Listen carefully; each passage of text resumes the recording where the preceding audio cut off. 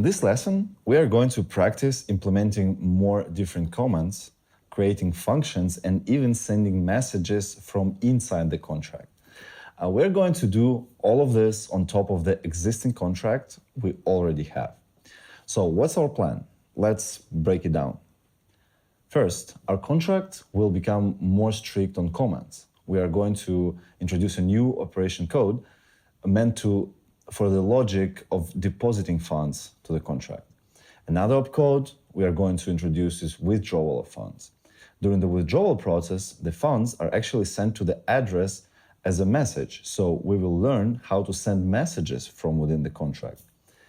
Any funds that arrive with unknown operation codes, they will be returned to the sender, simply bounced. And we will also introduce new value in our storage, owner of the contract. Only owner of the contract is able to withdraw funds. We will also separate the storage loading and writing logic into the storage into the separate functions, so our code would be more clean. So are you ready? Set, go.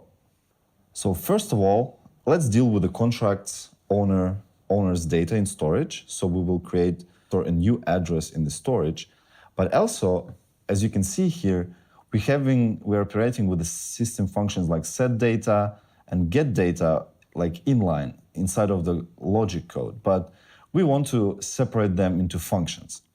And to do so, we will create two functions. One is going to be called load data, and another one is going to be called save data.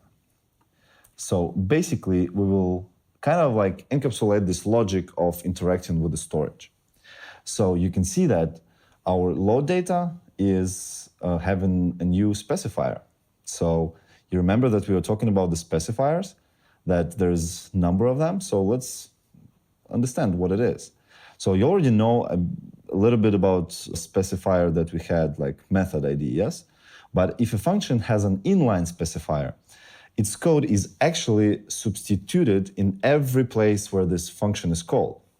So basically, when the code gets compiled into assembly code, so these commands that are already compiled, they will be, the whole piece of code will be put in every place where this function is called. Why the load data doesn't have the impure specifier? Because it doesn't affect the state. And as you remember, if the function doesn't have impure specifier and its results are not used anywhere, then it's going to be simply removed during optimization. So we actually want to not specify it here because we are using the results. We are using the results of the function that it returns. What we do here is we are opening, first we get the cell of the storage. We begin parsing this cell, and then we start to read it out. So we read 32 bits, then it goes further. It reads the message address of the most recent sender, and then we are reading one more address, the address of owner. And this is how you are going to do logic in contracts, that you suppose something, so you know that in future you will initiate the contract with 3 values, and that's how you write the reading of it. And now let's move to the save data. So basically, function save data, it is impure because it affects the state. It is using the set data function. So, and it is also inline, so it will be put every time save data is called. In assembly code, the code is going to be put in places of where it's called. So we call the function set data, and we run a builder here. We store the integer that is coming here into the function. We store slice that is, we also get in here the recent sender, and then same with the owner address. So it is now as simple as that. So now we are going to actually use these functions here. So for example, first we would need to read out the variables from the storage. So we just call function load data. We don't need to pass anything into it. We just get values that it returns. So we have counter value, we have recent sender, we have owner address, and obviously these are now variables. We know their types because they're specified here. And what we need to do now is, once we get the operation 1, we should actually, so we counter value we already know from here. So this part we can easily remove. This one we read from message. And basically, everything we need to do is we need to call this function save data. We need to call it and pass the values just like this. Counter value plus increment by, sender address, and the owner address. As you can see, we cannot just put, if we, for example, if we didn't change the owner address, we cannot just put it like this because cells are immutable. If you are constructing a new cell, you're actually replacing the old cell with a new one. So we would have to make sure that all the data that we want to be there, we compose it into a new cell that we save there. One thing that I wanted to do here as well is return. So basically, this is going to be a successful finish of this operation because we know that operation code is here. We read increment by. There is nothing more in functionality that we want to be there. So now let's introduce a few more operation codes. So it is going to be something like this. So for now, they're just empty. So this is how we use comments. So deposit, operation code 2 will be for depositing funds. Operation code 3 will be for withdrawal. And if we don't know this code that comes, we'll just throw an error with, let's say, 3/7. But one important thing before we actually go into this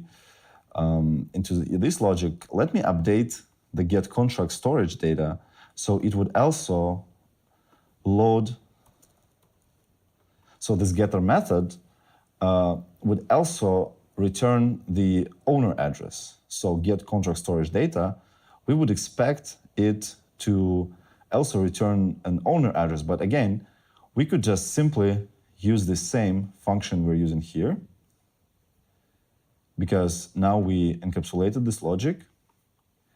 And now we can do counter value, recent sender, owner address. We just return it as simple as this. Also important to note this 777 code. It's just a number that I came up with, but you can go into the documentation and you can check the official error codes. But basically, any exit code that is higher than 1 is considered to be an error code. So this will be error code and it will basically bounce the message if the contract has enough funds to actually send it back.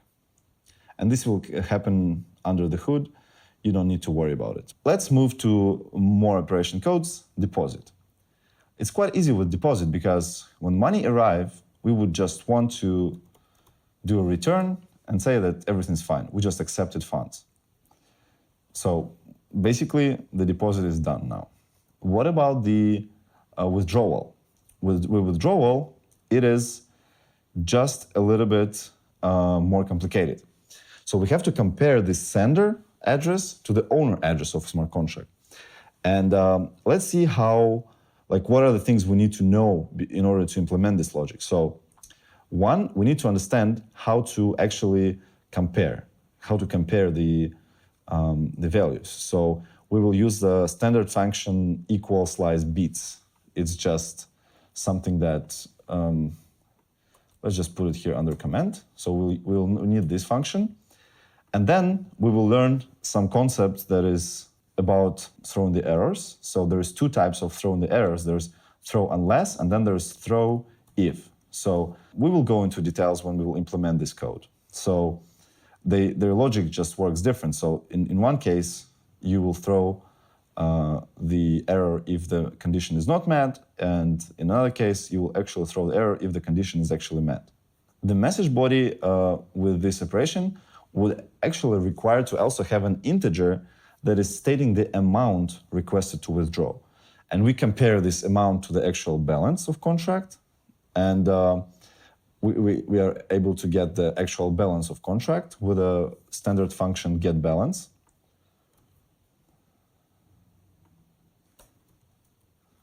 One second. So this is just outlining some functions that we're going to use here. And we want our contract to always have some funds. So you would be able to pay rent and other necessary fees that you learned about in the first few chapters.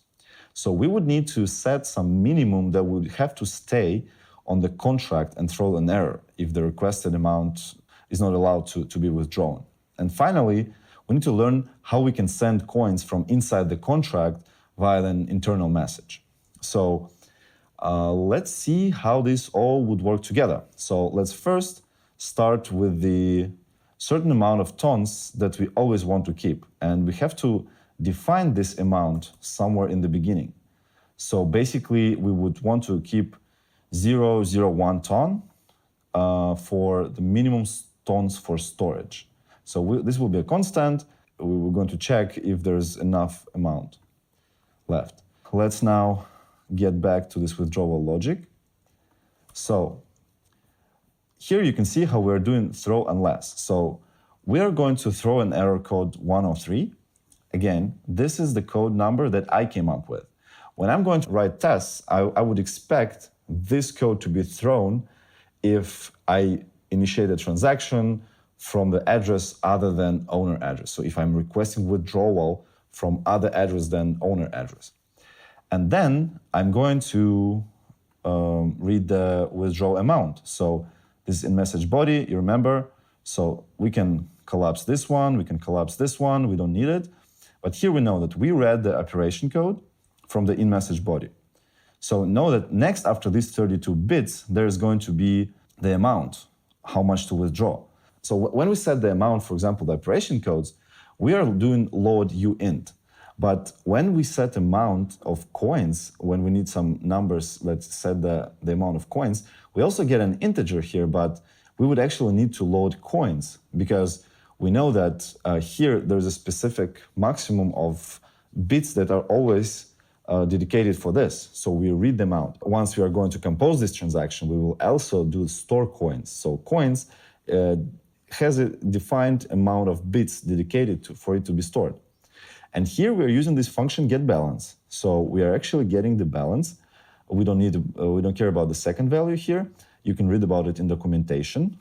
And here we just use getBalance, and this is going to be integer. So another error we're going to throw here is 104. Again, this is our notation, our error codes. So we are going to throw this error unless the balance is actually bigger or equal than withdrawal amount. And lastly, we now have the integer that would actually be the amount we request our contract to send to the owner of the contract. So basically, we want to make sure that we keep the funds on the contract. And this is why there's an interesting technique that you can use here. So we compare what is less, the requested withdrawal amount or the balance minus this amount that should be always stay on the contract. So you don't want to take more than would be allowed to keep the requested amount on the contract. And at this point, we are, if ever, like here, we are going to do the sending internal message logic. And then we just do return. Great, so the last thing we need to do is actually to send internal message. So let's talk about this. So sending internal message is done with a function called sendRawMessage. And we're going to learn a lot about it now. So basically, function sendRawMessage is accepting the cell with message and an integer that is containing sum of mode and flag. So this is getting a little bit more complicated. Don't get confused with it. And let me open the documentation, and this will be a good example for you how you can learn about certain standard functions from the documentation. You can see I'm on the official documentation website, and I'm reading the data about sendRawMessage. So it would accept a cell with message. So as you know, we can put a lot of values into the cell just step by step. And the second parameter it would receive would be this integer that would have to define the mode. So lower, we have that there could be mode 0, just a normal message. There could be 64. So mode 64 would actually carry all the remaining value, and mode 128 would actually carry all the remaining balance of the current smart contract. There's some details with each of them, but we're going to use just a mode 0. And also there is flags.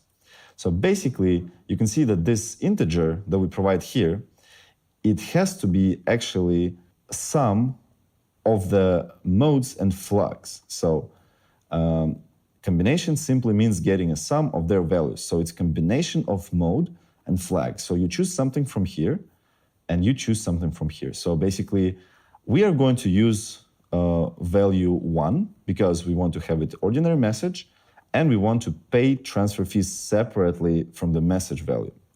So this is just a little bit of a glance for you how to actually figure out what modes you can possibly go with. And documentation is a very good place to actually learn about this.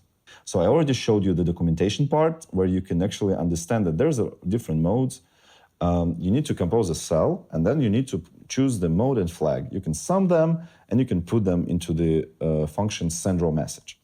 But first of all, you will need to get used to how data is stored in cells. This is called serialization. I was talking about this a little bit for some time, but this is called serialization. And at this moment, you will need to get familiar and used to this, as you will be serializing data into cells quite often, as everything is stored in cells. And another thing that you will really need to get comfortable with is tone documentation. And that's pretty much the only way to get around with all those serialization structures. And it's extremely hard to remember them. You will probably use documentation as a go-to tool for your discoveries. Now we will need to break down the structure of the message, of the serialized message, of this message that is stored in this cell. So we are going to pass it into the send raw message. And as you already understood, we need to put a number of bits into a cell. And there's a certain logic, which bit is responsible for what. Next, we are going to actually work with the actual cell that we need to compose with the message. And to get better around it, let's go into documentation too. I'm going to provide the links to this documentation part in the attachment to this lesson. And let me show you the documentation part that I'm talking about. I'm right now at the documentation page, which will tell us a little bit more about this serialization rules for the message cell, because this is very important. You will send messages quite a lot from FunC, from the inside of the contract. And you see what documentation states, that the message starts with 1 bit prefix 0. So we get it here. And then there is 3 1-bit flags. So flag that the hypercube routing is disabled. Currently is always true. This feature is not supported yet. The message should be bounced, like allow bounces. And then we do it's not a bounce itself. So basically, you see we dedicate 1 bit. So all 4 things in the beginning are basically flags. So 1 about the internal message, and then these 3. And then we serialize actually the addresses. So this is the source address, and this is destination address. Then we store coins. So we basically serialize the currency collection. So we store coins and we say the amount of value, that the money that are actually in there. Next, we store dictionary with extra currencies. This feature is not supported in the moment. We store some fees. We are not going to use most of them. And some of them, furthermore, as the documentation states, that some of these values will be rewritten. So that means that once we're composing this cell, we can just put any dummy value there, because validator is responsible for putting the right thing there. So once this cell is going to arrive to another contract to be parsed, to be read from it, actually the values will change, because validator is basically responsible for writing values like time of transaction and stuff. So here you can see that validator will rewrite if it's bounced or not, the source, it will confirm the source. So because you can do some fake source, but validator will just rewrite who actually was the sender, and etc. So these values will possibly will 100% be actually rewritten. But again, in documentation, we can see that this is quite a big composition of message. And bad part of it is that half of the values are either not supported yet, or these values are just rewritten by validators. So that's why we have a shortcut. So we would have a shortcut that is actually allowing us to skip setting some values that are not even used. So first of all, we have this 0x18. So this is a value that is stored in 6 bits. So it's just basically representation. So the first bit, 1 bit prefix. Then there is 3 bits, 110, meaning that this IHR is disabled, messages can be bounced, and message is not the result of bouncing itself. So basically, we just use, before the sender, we write like same thing that like the shortest valid address that we can put is like 00. So like basically, we provide all these values all together as such a sequence of bits, and it's actually could be represented by a hexadecimal number like this. As I said, don't get confused about this. We are actually going to do this quite a lot, like that you're going to compose these cells, and here, instead of just writing bits one by one, you would put just a shortcut of the most common message that that can be bounced and that is not bounced itself, so it was composed. And basically, you would just use these shortcuts of 6 bits because you don't want to go through this and this source address shortcut. So you just want to remember that this is the representation of the most common message used. However, if you want to do some more complex message, that cannot be bounced, for example, yes, you know what to do. You can just compose it manually, bit by bit. And then if you use a shortcut, you would actually store the address. It would be already destination because, as you remember, the source we used as, here you can see, the address none, because it's serialized like just 2 bits, 00. Okay, so another thing, we store coins. Next, we store coins. And you can see, yes, so basically store uint is the optimized way of serializing the tag and the first 4 fields. So next we serialize the destination address, and then we should serialize the values and like the currency collection itself. This means like some extra currencies that are we can just ignore for now. And there is more values. There is more values so extra currency dictionary. So then we just store these fees also that are going to be overwritten, and we'll just put zeros into this created at. And basically, we would just replace all these values with just zeros, just a lot of zeros. And you can see that here. So after storing grams, we just put a 0. And here we put how many bits we actually dedicate on it. So just going one more time. So extra currencies, here in documentation, you can see that first bit stands empty extra currencies dictionary. So there is no dictionary. So that's why we put 1. And then we do 4 bits for these fees and 4 bits for, yes, we actually do twice 4 bits. So 1 fee and another fee. So we have 4. And then we have 64-bit long for created LT and 32-bit long strings, because these are going to be written by the validator. And then we say that there is no init field, for example. This message is not going to create init state for some contract, because you remember that you deploy contracts by sending messages. So you could easily deploy a contract by sending a message from inside another contract. But you would have to provide it with initial state, right? Just like we did on deploy. And we just state here that there is no init field. And the last 0 that we put here, it means that message body will be serialized in place. So basically, if we don't put it there, then we just have a message body. The rest of the cell would be just a message body. So again, this might seem complicated, but as you can see, there are some shortcuts. But as I was saying in the beginning, you should learn this idea of serialization, and you should get this very clean concept of memory layout, that the layout is cells, and the cells can be stored bit by bit. They could be filled with some information. And the only way to keep up with what kind of information you can put in there is to read documentation, because basically these cells are going to be then certainly treated by the validator, by other people's contracts, and you would need to actually get this concept and practice with it quite a lot.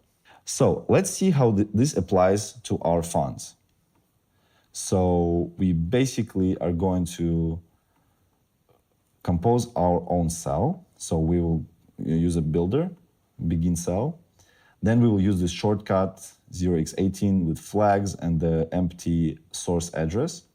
Then we'll store the destination address, because as this sender is requesting us to withdraw his funds to his address, we compare that he is an owner and we put him as a destination here. And then we put the coins, how much money we want to send. Just this value that we actually we calculated here, and we put it into the proper place inside of this cell. And then we would just put this amount of zeros. So we just put it 1 plus 4 plus 4 plus 64, just out of usability, so you would understand that you could potentially just not using zeros. You could potentially create a proper structure of the cell if you want to do very complex functionality. But as you can see, these last two, for example, mean that there is no init state and then there's no body. If we would remove them, we would actually have to put the init state and the body inside of the very same cell. But for the withdrawal, we don't really need body. And it's not going to deploy other contracts, so this message is going to be as simple as we just wrote. So we do call function sendRawMessage, and we call the end cell on this message builder. So we finalize this cell, we put it there, and we also provide the message mode. So the message mode, as I was stating before, we need to define it. Let me do it here. So the message mode will be 1. So 0 because it's ordinary message, plus 1 because we want to pay transfer fees separately. So this is mode, this is flag. I've shown you in documentation. You will have the link to documentation, and you can read more about this there. And you can always use it as a go-to place to figure out if you forgot something. So one last thing we want to do is another getter method that is going to actually return the current balance of the contract, because we will need this once we're going to test the contract. So for example, we are going to send some funds into the contract, and then we want to check that they arrived there by calling this method and comparing it to the amount of funds that we sent. So basically, this is our final code. We could remove certain comments that we just had in the process. But all in all, this is supposed to work. Let me run yarn compile. And I would expect our contract to be compiled now, but there is an error. Okay, I'm using a wrong function here. Equal slice beats, as we discussed. Yes. So, yeah, I just did a typo here. Actually, it was the old name of function. And voila, our contract is compiled. And I hope you didn't get too confused about this composing message.